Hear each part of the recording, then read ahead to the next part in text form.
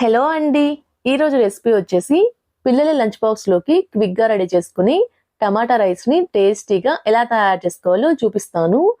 టమాటా రైస్‌ని తయారు చేసుకోవడం కోసం ముందుగా స్టవ్ మీద ఒక పాన్ పెట్టుకొని ఇందులో 3 టేబుల్ స్పూన్ ఆయిల్‌ని హీట్ చేసుకోవాలి. ఆయిల్ హీట్ అయిన తర్వాత ఇందులో ఆవాలు, జీలకర్ర, శనగపప్పు వేసుకొని మీడియం ఫ్లేమ్ మీద కలుపుతూ 1 నిమిషం పాటు ఫ్రై చేసుకుంటే ఇవి ఫ్రై అవుతాయి. ఇప్పుడు ఇందులో కట్ చేసుకున్న 2 పచ్చిమిర్చి, ఒక పెద్ద ఉల్లిపాయ, కొన్ని కరివేపాకు రెబ్బలు వేసుకొని మీడియం ఫ్లేమ్ మీద ఉల్లిపాయ ముక్కలు కొంచెం కలర్ మారేంత వరకు ఫ్రై చేసుకున్న తర్వాత ఇందులో ఫ్రెష్‌గా రుబ్బుకున్న అల్లం వెల్లుల్లి పేస్ట్‌ని ఒక హాఫ్ టేబుల్ స్పూన్ వేసుకుంటున్నాను. ఇలా వేసుకొని పచ్చివాసన పోయేంత వరకు ఫ్రై చేసుకున్న తర్వాత ఇందులో 4 టమాటాలని గ్రైండ్ చేసుకొని పేస్ట్ అయితే వేసుకుంటున్నాను. ఇలా వేసుకొని టమాటాల పేస్ట్‌లో నుంచి ఆయిల్ అనేది సెపరేట్ అయ్యేంత వరకు మీడియం ఫ్లేమ్ మీద కలుపుతూ ఫ్రై చేసుకోవాలి.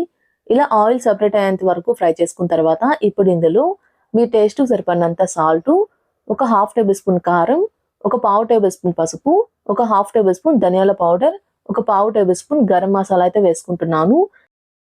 ఇలా మనం వేసుకున్న మసాలాలో ఉన్న పచ్చివాసన పోయేంత వరకు కలుపుతూ మీడియం ఫ్లేమ్ మీద ఫ్రై చేసుకోవాలి.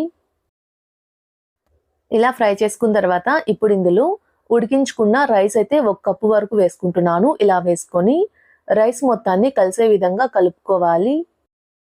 ఇలా రైస్ మొత్తాన్ని కలిసే విధంగా కలుపుకున్న తర్వాత ఇప్పుడు ఇందులో సన్నగా తరిగిన కొంచెం కొత్తిమీర అయితే వేసుకుంటున్నాను.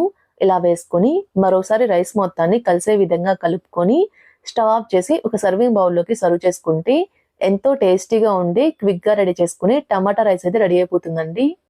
మీరు కూడా ట్రై చేసి ఎలా వచ్చిందో నాకు కామెంట్ చేయండి. మా వీడియో మీకు నచ్చినట్టయితే లైక్ చేయండి, షేర్ చేయండి. మా ఛానల్‌ని సబ్స్క్రైబ్ చేసుకోండి. Thanks for watching.